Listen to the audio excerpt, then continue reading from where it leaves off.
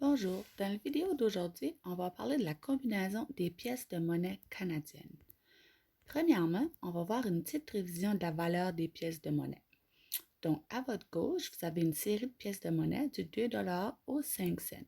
Puis à la droite, on voit les différentes façons d'identifier ces pièces de monnaie. Donc, quand on parle de combinaison de pièces de monnaie, ça peut être un peu plus compliqué que celle des dollars. Il y a beaucoup de possibilités, puis aussi la façon de les identifier est un peu différente et compliquée.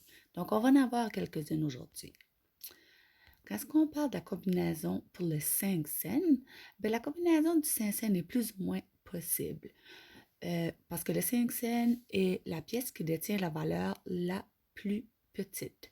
Donc, à un moment passé, on pouvait combiner les 1 cent, donc les petites scènes noires que vous voyez en bas à gauche d'une valeur de 1 cent. On pouvait donc combiner 5 de ces pièces afin d'obtenir une valeur de 5 cents.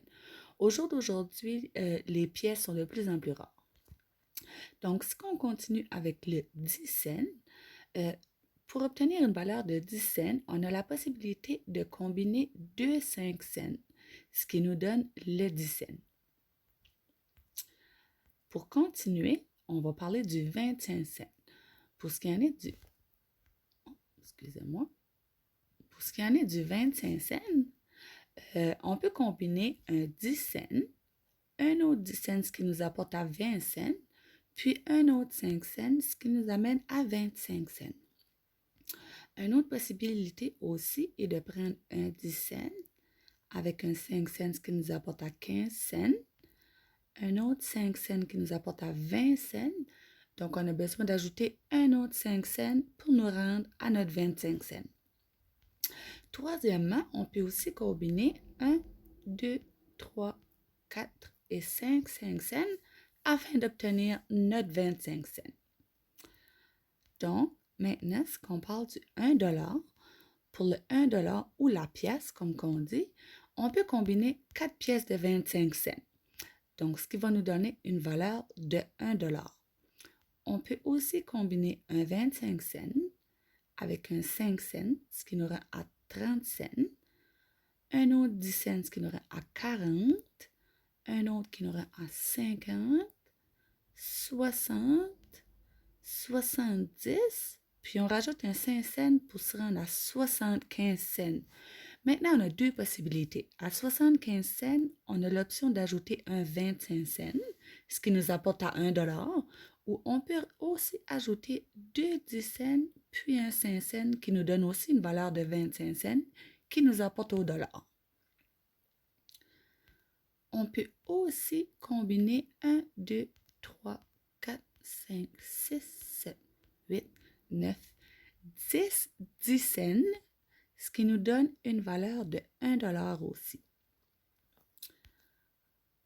Lorsqu'on parle du 2$ maintenant, les possibilités qu'on a est de combiner deux pièces de 1$, ce qui nous apporte à 2$. On peut aussi combiner 1$ avec une pièce de 25 cents, donc 1,25$, un autre 25 cents qui nous apporte à 1,50$, un autre 25 cents qui nous apporte à 1,75$, puis un autre 25 cents qui nous apporte à 2$. Donc, une pièce de 1$ et 4 pièces de 25 cents est d'une valeur de 2$.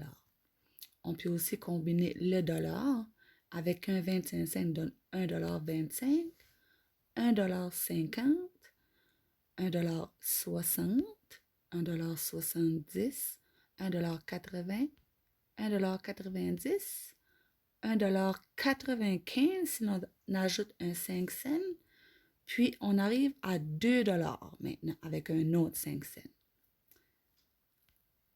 Donc, c'est ce qui comprend un petit brin des combinaisons possibles pour la monnaie canadienne.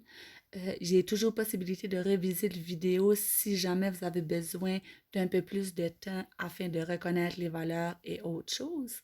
Puis, à venir dans une prochaine vidéo, la combinaison mixte de billets et de pièces de monnaie.